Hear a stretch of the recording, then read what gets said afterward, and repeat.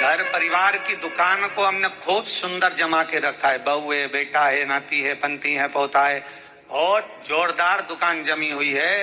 अब दुकान जम तो गई, माल भी खूब खप गया, माल भी खूब बिका। तुम जो कमा कर लाए, बेटे ने लिया, बहू ने लिया, पत्नी ने लिया, रिश्तेदारों ने लिया, नातेदारों ने लिया, कुटुंबियों ने लिया, सबने लिया। आखिरी में फिर क्या हुआ कि बाजार वापस बंद हुआ और कंधे पर लेकर चल।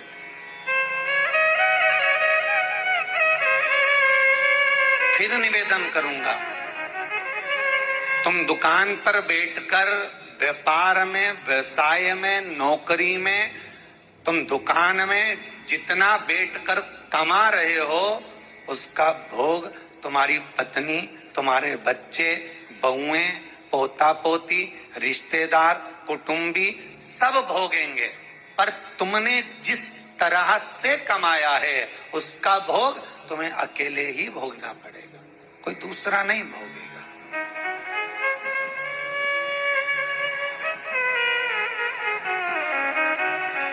जीवन में कुछ कर्म ऐसा करते हुए चलो। पत्नी कहे जब तुम 2 अगरबत्ती लगाओ, पत्नी कहे जब तुम मंदिर जाओ, उससे अच्छा पहला फर्ज तुम्हारा होना चाहिए, क्योंकि कमाई तुम कर रहे हो।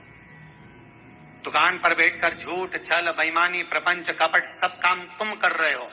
पत्नी ने एक बार भी नहीं बोला कि तुम छल करना, कि बेईमानी करना, कि कपट करना। उसने तो केवल शादी के समय पर 7 भावर ली थी, तब पंडित जी ने खिलवा दिया था। पत्नी के 7 वचन में से एक वचन था कि मैं तुम्हारे साथ ब्याह कर जा रही हूं तो मेरा भरण पोषण तुम्हें करना है, पर इतनी सी बात थी। उसके बाद पत्नी ने एक बार भी नहीं कहा कि तुम ढेर सारा कमा कर लेकर आओ।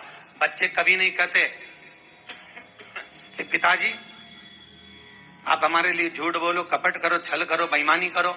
बच्चे कभी नहीं कहेंगे, ना पत्नी कहेगी। जब ऊपर जाओगे, यम की खेत चढ़ोगे, तो यमराज तुम्हें जब नरक में पटकेगा तब कहोगे मैंने झूठ पत्नी के लिए बोला था, मैंने बच्चों को पढ़ाने के लिए, आगे बढ़ाने के लिए झूठ बोला था, मेरे अकेले को नरक क्यों पटक रहा? पत्नी और बच्चों को भी तो पटको। तो यमराज भी कहेगा झूठ तूने बोला, कपट तूने करा, बेईमानी तूने करी, प्रपंच तूने करा, तो भोग भी तो भोग, दूसरा काय को भोगेगा। इसलिए माता तुम्हें चिंता करने की जरूरत नहीं, तुम तो जोरदार जूड़ा मूड़ा बांध के अच्छे से रहो। पर मुख से तुम्हारा नाम है धर्म पत्नी। एक होती है पत्नी जो पति को पतन के रास्ते पर ले जाती है, सिनेमा घर ले जाती है, मायके ले जाती है, शॉपिंग मॉल ले जाती है, वो पत्नी कहलाती है। एक होती है धर्म पत्नी जो पति को धर्म के पथ पर लेकर जाती है। एक होती है धर्म पत्नी जो पति से कहती है, कथा आ रही है शिव महापुराण की, थोड़ी देर सुन लेना। अरे तो मैं दुकान पे नहीं बैठूं, दुकान पे टीवी लगवा लो, दुकान पर मोबाइल रख के सुनो। अरे नेट का खर्चा कौन रिसीवर वाला महाराज देगा? 150-200 रुपए का नेट चले तो कौन महाराज देगा क्या? तो पत्नी उस समय पर एक शब्द जरूर बोल दे कि कमा किसके लिए रहे हो, पहले ये तो बताओ।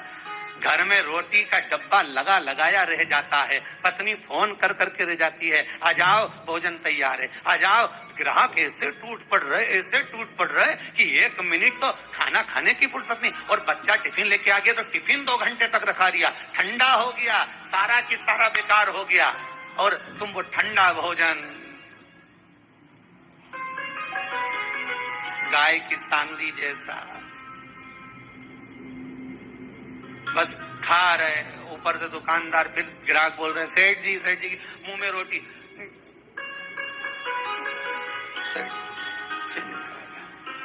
तो किसके लिए कमाया भाई?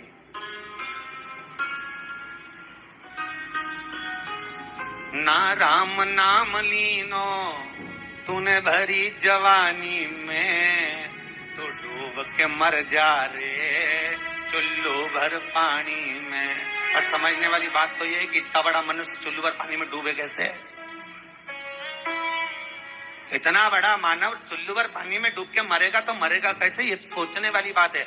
तो उसमें भी शास्त्र में वर्णन किया, जो मनुष्य भगवान का भजन नहीं करता, जो मनुष्य भगवत स्मरण नहीं करता, जो मनुष्य भगवत कीर्तन नहीं करता, जो मनुष्य कभी स्मरण नहीं करता, वो कीड़े की तरह जन्म लेता है और कीड़ा चुल्लू भर पानी में डूबकर मर सकता। धर्म पत्नी का फर्ज है पति अगर कमा कर तुम्हें ला कर देता है तो तुम्हें चाहिए कि पति से कहो चलो दान करिए, चलो पुण्य करिए, चलो कथा सुनिए, संकीर्तन करिए। ये धर्म पत्नी का फर्ज है।